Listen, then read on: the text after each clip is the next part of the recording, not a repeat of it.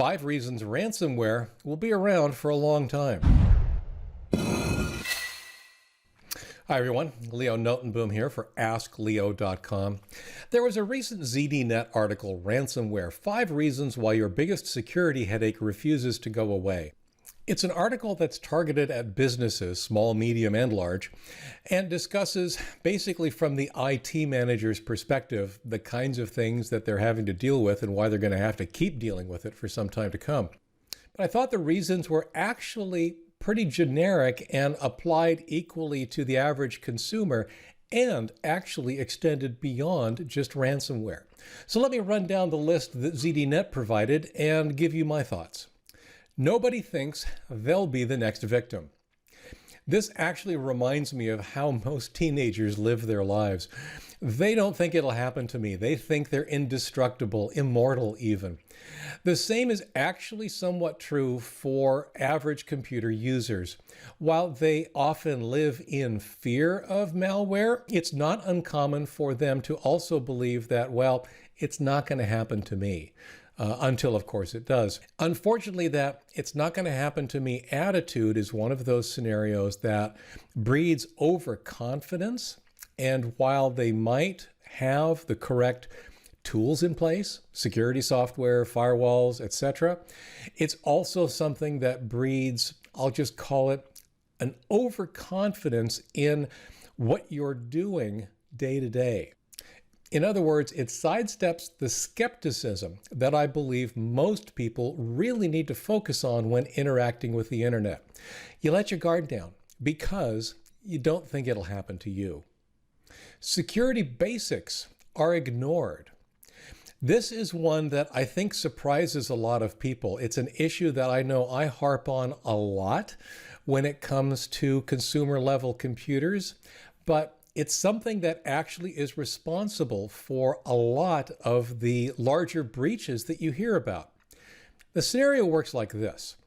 There's a bug in Windows. That bug has the ability to allow someone to do something they shouldn't do. I'll just put it that way. Now, as long as that bug is undiscovered, it doesn't matter. If nobody knows about it, nobody knows to exploit it, and nobody knows to craft malware around it. Eventually, maybe malware gets created, maybe somebody finds out about it, but the bug is eventually fixed. That fix is in the form of an update or a patch that is applied to the existing installation of the operating system. At some time before or after that patch happens, though, the bug and its implications become general knowledge. Malware authors start to take advantage of it. They start to write malware that assumes the bug hasn't been fixed and uses that vulnerability to do things they're not supposed to do. As I said, there's a fix available for this bug.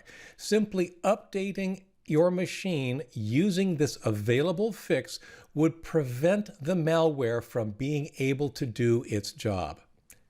And yet, companies, right and left, don't have the bug fixed. They don't have the update applied. They haven't taken the patch.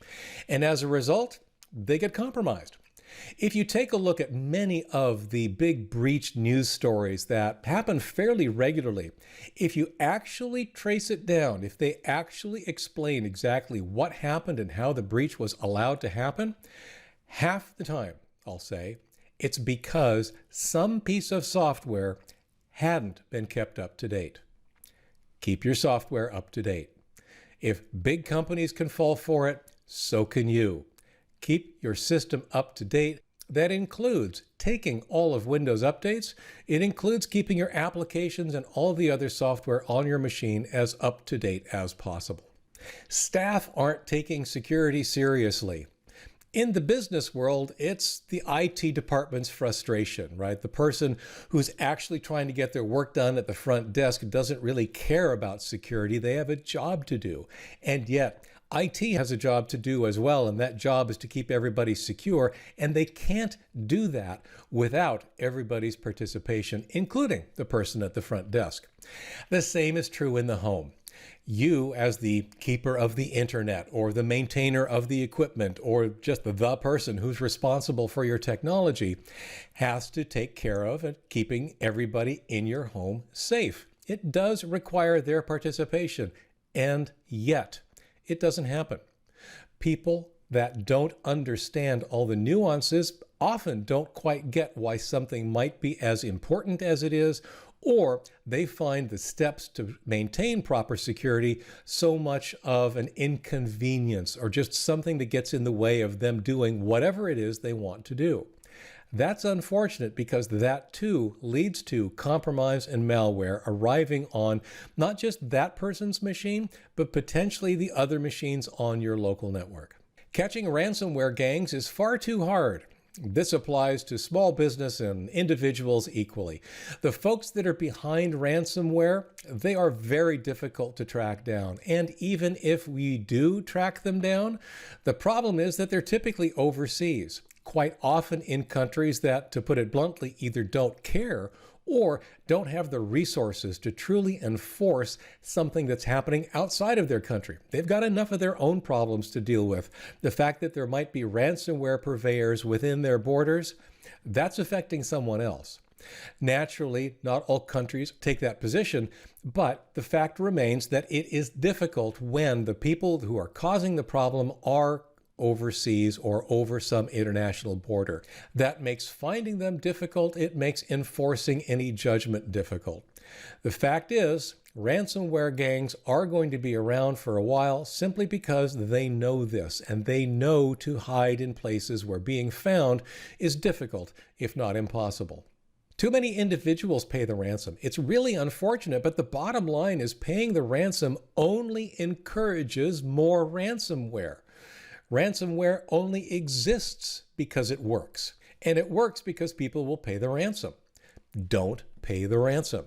Now, I totally get, especially in the business scenario, that sometimes it's a business decision. Paying the ransom, a one-off for you, is a certain amount of money that may seem a lot cheaper than going through whatever hoops you need to go through to recover from the ransomware attack. The same might be true for an individual, but the fact remains that paying the ransom only encourages more ransomware, and there's nothing that says you won't be attacked again. The best protection against ransomware, of course, is prevention, but even so, the next best, having good backups.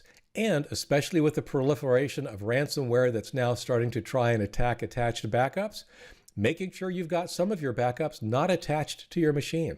Have them on a disk that you store in a closet or something like that. But the bottom line is, paying the ransom only makes the problem worse for you and for everyone else. If you've listened carefully, you'll notice that the word ransomware is not one I've used a lot here.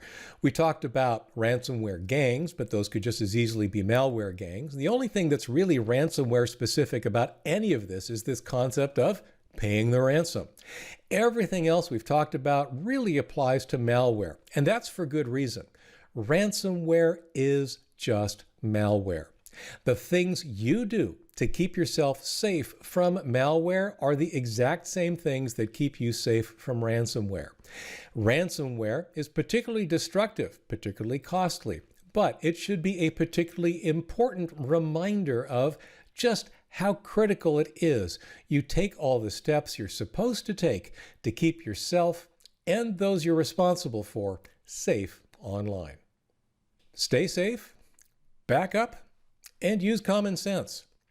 If you're still concerned, I do have an article, How to Avoid Ransomware, the 3 things you're hopefully already doing. It'll go into several of the things that you can do to keep yourself safe from ransomware, but as the title implies, it's hopefully stuff you're already doing. For the original article on which this video was based, for updates, for related links, for comments, visit askleo.com/125655. I'm Leo Notenboom. This is askleo.com. Thanks for watching.